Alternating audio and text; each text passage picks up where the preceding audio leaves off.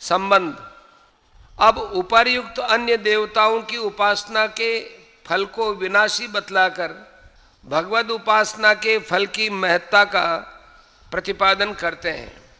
अंतवत्तु फलम तेषां तद्भवत्यल्पमेधसां देवान् देवयजो यान्ति मद्भक्ता यान्ति मामपि। परंतु उन अल्प बुद्धि वालों का ये फल नाशवान है तथा वे देवताओं को पूजने वाले देवताओं को प्राप्त होते हैं और मेरे भक्त चाहे जैसे ही भजे अंत में वे मुझको ही प्राप्त होते हैं। प्रश्न। 15वें श्लोक में जिनको मूढ़ बतलाया गया है उनमें और इन देवताओं की उपासना करने वाले अल्प बुद्धि मनुष्यों में क्या अंतर है और इन्हें अल्प बुद्धि कहने का क्या अभिप्राय है? उत्तर।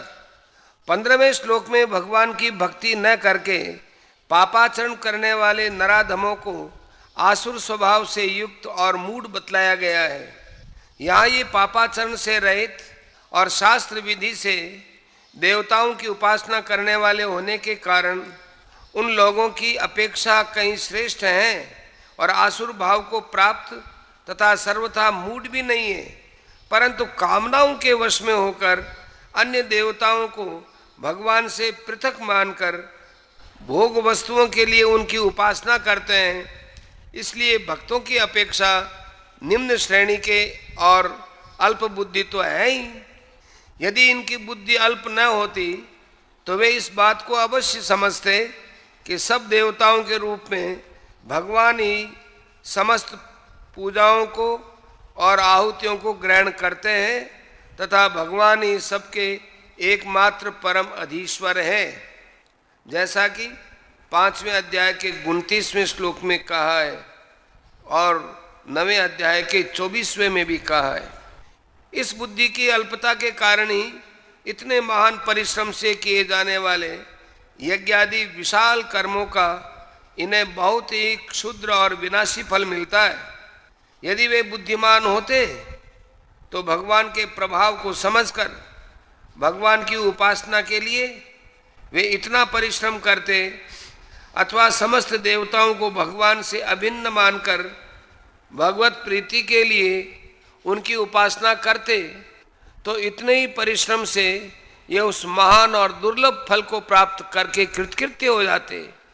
यही भाव दिखलाने के लिए इन्हें अल्प बुद्धि कहा गया है। प्रश्न। देवताओं को प्राप्त होना क्या है? क्या देवताओं का पूजन करने वाले सभी भक्त उनको प्राप्त होते हैं और देवोपासना के फल को अंतवत क्यों बतलाया गया है? उत्तर।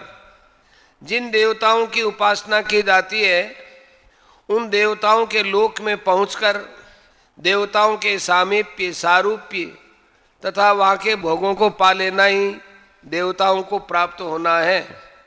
देवोपासना का बड़े से बड़ा फल यही है, परंतु सभी देवोपासकों को यह फल भी नहीं मिलता। बहुत से लोग तो जो स्त्री पुत्र धन और मान प्रतिष्ठा आदि तुच्छ और क्षणिक भोगों के लिए उपासना करते हैं, अपनी अपनी कामना के अनुसार उन भोगों को पाकर ही रह जाते हैं। कुछ जो देवता में विशेष श्रद्धा बढ़ जाने से भोगों की अपेक्षा देवता में अधिक प्रीति करके उपासना करते हैं तथा मरण काल में जिन्हें उन देवताओं की स्मृति होती है वे देवलोक में जाते हैं।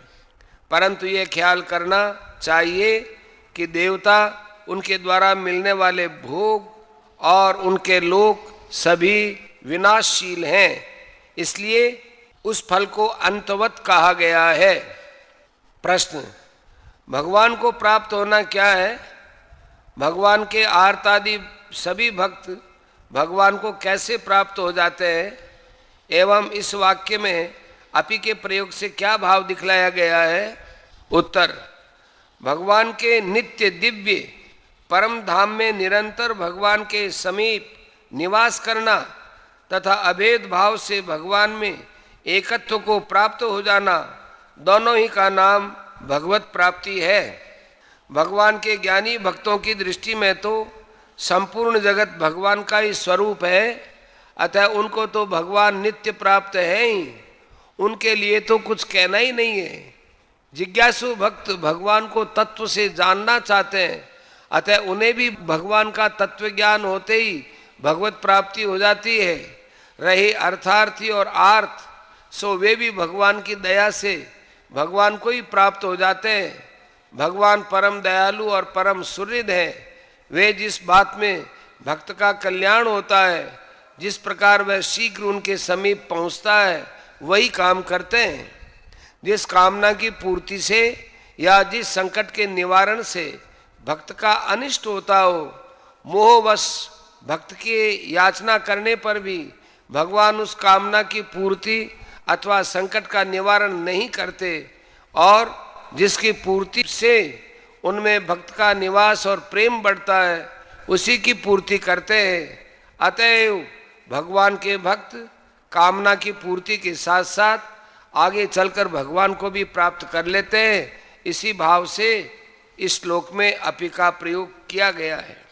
भगवान का स्वभाव ही ऐसा है कि जो एक बार किसी भी उद्देश्य से भक्ति के द्वारा भगवान से संबंध जोड़ लेता है, फिर यदि वह उसे तोड़ना भी चाहता है तो भगवान उसे नहीं तोड़ने देते।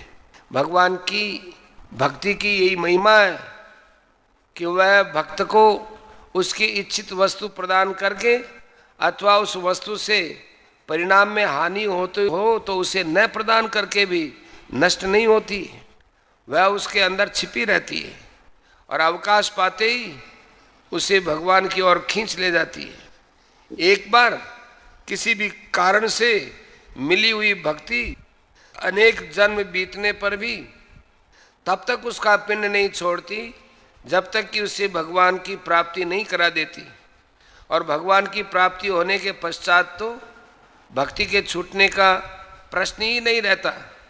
फिर तो भक्ति भक्त और भगवान की एकता हो जाती है।